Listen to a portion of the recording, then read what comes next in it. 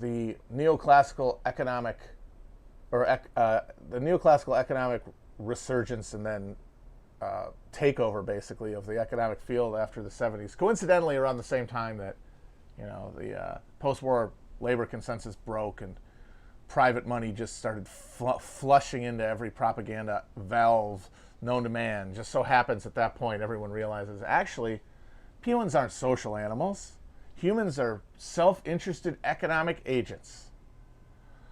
That was the very idea of that, really. Like, to put that forward as not the horrifying spiritual deformations caused by having to live under capitalism, because that's the thing, that the neoclassical description of the individual, that is what is incentivized by the market, and people do better the better they treat themselves is one of those. But that is not humanity flourishing. That's not humanity finding its meaning and purpose. That is, to even suggest that is blasphemous at like a deep level, like just evil and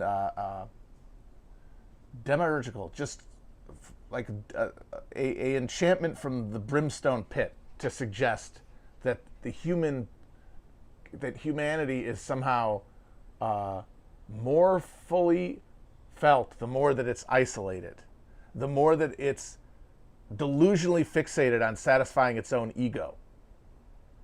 Terrifying. And the recipe, a world where people are like that, is the world like the one we have now. And economists like to look around and smugly look at that and say, see, this is what people are like. And it's like, no, this is the system that you were disgusting intellectual handmaiden for. This is what it turns people into.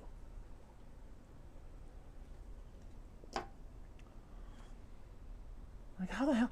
You're an individual, self-motivated agent.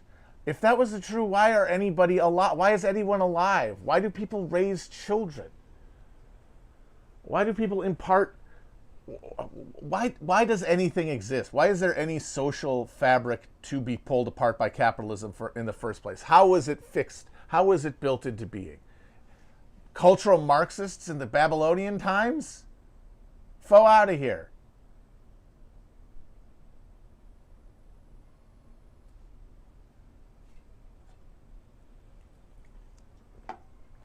But even if you could be what they want you to be, and of course there's a zillion examples of why no one is rational, and that no one can know their own self-interest well enough to operate from it successfully. Beyond any of that, even if you could, what the fuck is your self-interest? What is your self-interest? Accumulating more than other people around you in a world where you're connected and tethered to every other human being on Earth by deep ties of sharing a mutual ecology and a world together, each of you contributing in your smallest possible way to the full flower of like human civilization and culture. That's all humans rubbing against each other. That's all humans collaborating at every moment. And to say, I'm going to make my life, and everyone should make their life, about accumulating as much material distinction from everyone else as possible. That's a recipe for planetary annihilation. That's a recipe for human beings ending life on this planet. Self-interest, the self unbound by its social context, is not a thing. The thing that's you, the thing that isn't culture, the thing that isn't other people, is a whisper. It's a fragment. It might not even really exist. And teaching people that it's not, that the opposite is true. That is in fact the entirety of your sense, your ego, the entirety of your self to have an interest.